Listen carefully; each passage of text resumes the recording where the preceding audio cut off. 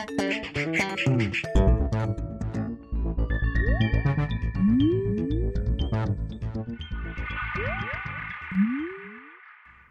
everyone and welcome to The Vortex, where lies and falsehoods are trapped and exposed. I'm Michael Voris. As the conflagration grows over the news that the United States Conference of Catholic Bishops has been funding abortion and homosexual rights groups, more damning evidence is coming to light. Sources with intimate knowledge of the inner workings of the Bishops' Conference itself are contacting us to say that the top brass, some bishops included, are essentially shills for the Democratic Party and the Obama administration's socialist agenda. While preaching neutrality in public, behind the scenes they are downright activists. Top executives openly profess their support for Obama's policies in meetings, the hallways, around the water coolers, and in the lunchroom. During the campaign, dozens and dozens of cars of employees sported Obama-Biden bumper stickers. More than all that is the deep connections and the tie-ins between top Bishops' Conference leadership and the Democratic Party itself. For example, Tom Cibola, a high-ranking staffer at the Bishops' Conference, left his post to go work at the Obama campaign in 2008.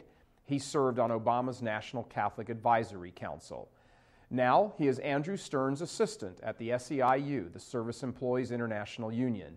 The SEIU is the largest union supporter of Obama, funneling more than $60 million to his campaign coffers during the election. During his time with the bishops, Tom Cibola was also on the board at the Center for Community Change, a community organizing group which advances the Democratic Party agenda in areas of so-called social justice, as well as abortion and gay rights. Another example is Mary Kay Henry, yet another SEIU bigwig who served a long stint on the Bishops' Healthcare Advisory Committee while she was vice president of the International Affairs, also at the SEIU. She's also a self-professed lesbian who started the gay initiatives at the SEIU. Heard enough? Well, Michael Hill, one of the 3 senior legislative lobbyists for the bishops. He is a dyed-in-the-wool Democrat who regularly attends Democratic fundraisers around the country. Hill has a lot of influence with the bishops. Here's more. Sister Mary Ann Walsh, the bishop's media relations director, wrote a long, convoluted article just before the election in America Magazine. That's a Jesuit magazine, by the way, which essentially said a Catholic could vote for Obama despite his stand on life issues.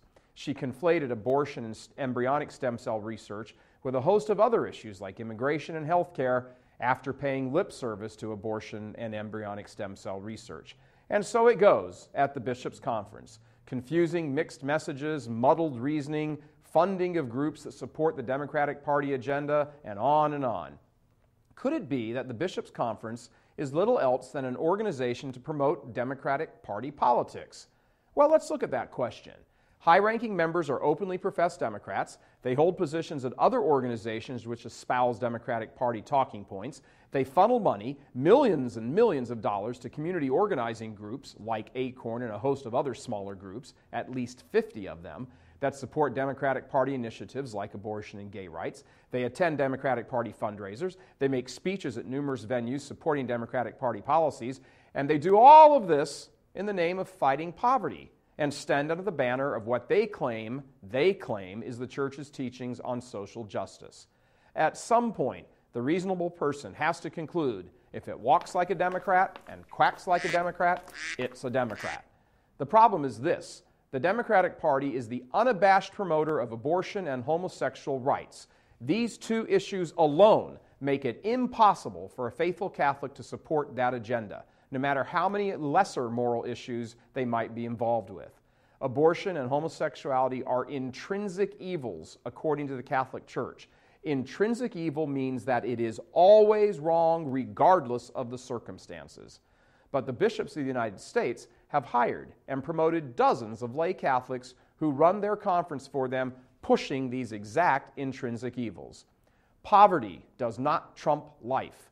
Immigration does not trump life. Healthcare does not trump life. Housing does not trump life. You have to be alive for any of these things to impact you. For the bishops to continue to hire people and keep them in cozy jobs paid for by your collection plate money is wrong. Many of these people are simply Democratic operatives who have taken control of the existing power structure to put the Catholic Church's stamp of approval on their party's agenda. and their party's agenda earned them the title the Party of Death from no less a person than Archbishop Raymond Burke at the Vatican. These operatives actively campaign for that agenda and fund it with Catholic money, and no amount of verbal sidestepping can deny these basic facts. The bishops themselves now need to step up and put an end to this. I'm Michael Voris.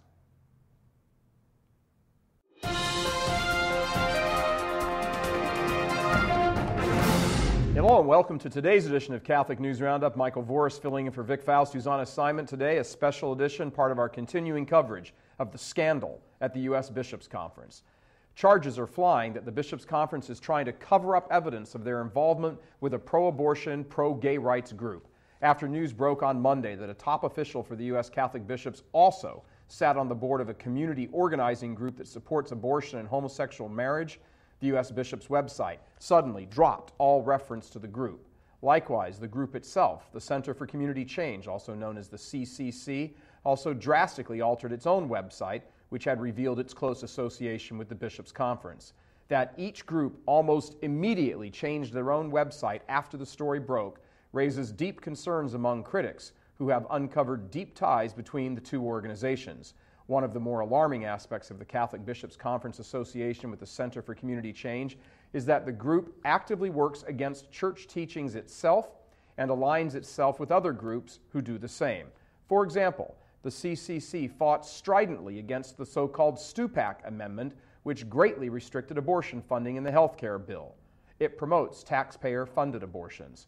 The CCC prominently displayed on its webpage the Generation Change Project, as well as the Vision Lab, two projects promoting abortion and homosexuality as good. The Center for Community Change is a member of a group called the National Coalition for Immigrant Women's Rights, NCIWR for short.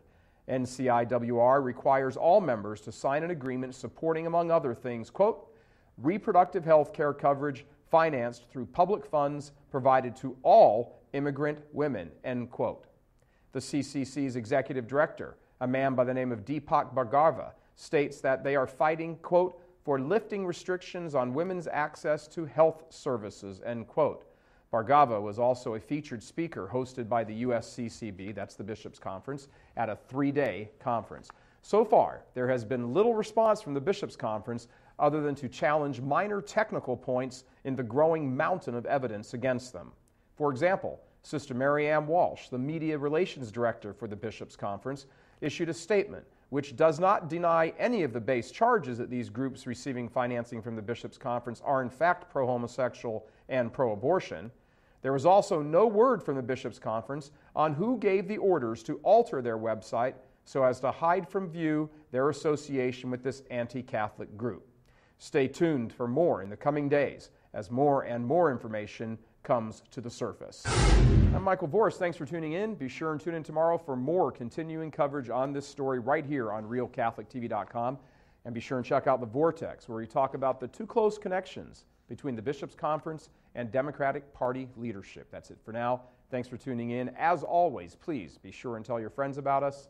God bless. Please help us keep delivering these kinds of messages that so desperately need to be heard and acted on. Join RealCatholicTV.com today as a premium subscriber. Become immersed in the faith established by Jesus Christ. The Catholic Church is the only hope against evil because that is its God-given mission. As our Lord said, apart from me, you can do nothing. Join RealCatholicTV.com today as a premium subscriber and come to learn and love Christ more deeply.